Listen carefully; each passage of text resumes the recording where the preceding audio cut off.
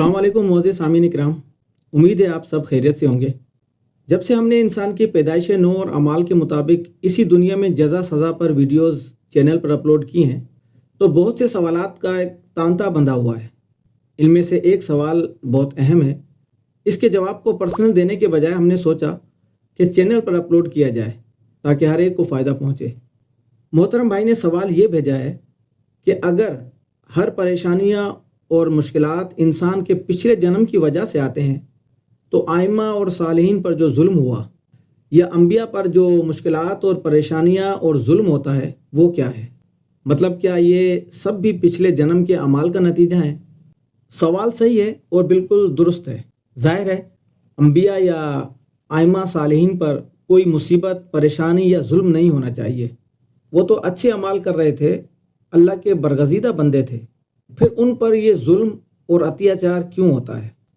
بات تو بالکل درست ہے، اور وہ بھی درست ہے جو ہم نے اپنی ویڈیوز میں بیان کیا ہے کہ ہم پر جو مصیبت اور پریشانیاں آتی ہیں وہ ہمارے اعمال کی بدولت آتی ہیں، کیونکہ قرآن اس بات کی گواہی دے رہا ہے وَمَا أَصَابَكُم مِّن مُّصِيبَةٍ بِمَا كَسَبَتْ أَيْدِيكُمْ۔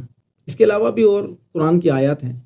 تم پر جو بھی مصیبت یا پریشانی آتی ہے تمہارے اپنے ہاتھوں کے کرتوتوں کی ہی وجہ سے آتی ہے۔ اب یہاں پر پریشانیوں اور مصیبتوں میں فرق ہے، ڈفرینس ہے۔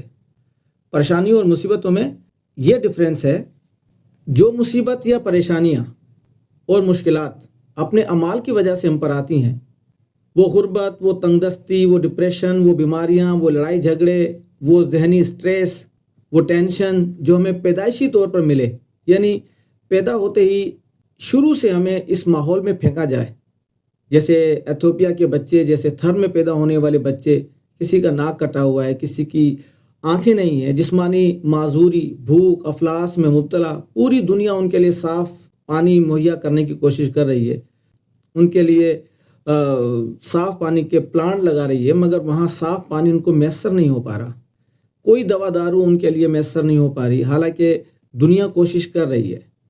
وہی بیچارے مانگ تانگ کر گزارا کر رہے ہیں۔ یہ انہیں قدرت کی طرف سے انہیں وہاں پھینکا گیا ہے۔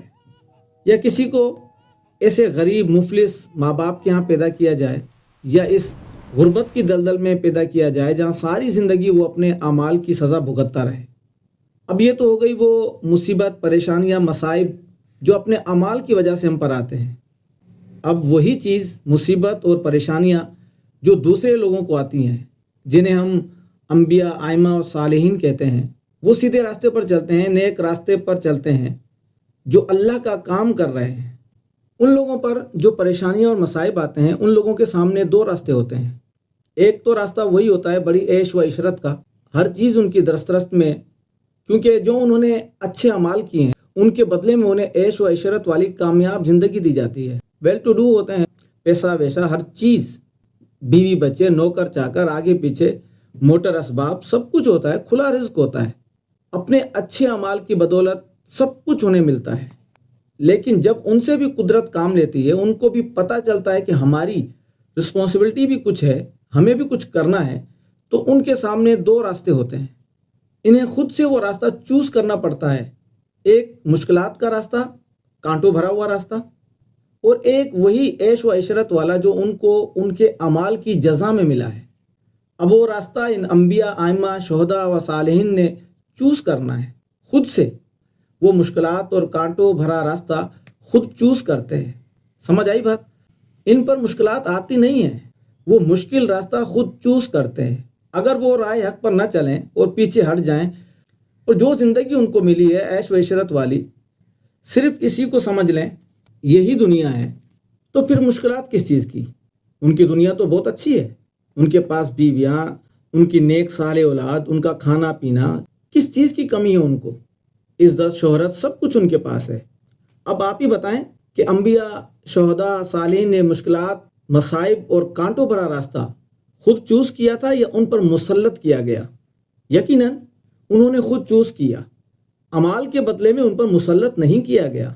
اگر وہ کسی ظالم فاسق کے خلاف انسانیت کے لیے حق بلند نہیں کرتے، اس مصائب، مشکلات اور کانٹوں بھرے راستے پر نہ چلتے، تو بتائیں کوئی مصیبت، پریشانی ان پر آتی؟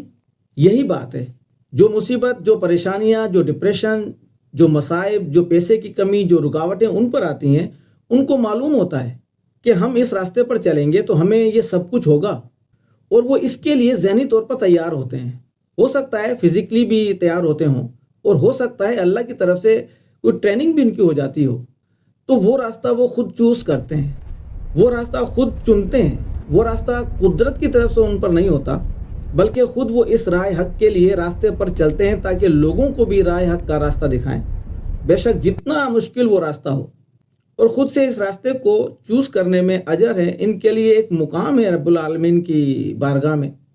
چلیں، امید ہے کہ بات کلیئر ہو گئی ہوگی۔ اپنا اور سب کا خیال رکھیے۔ اللہ حافظ۔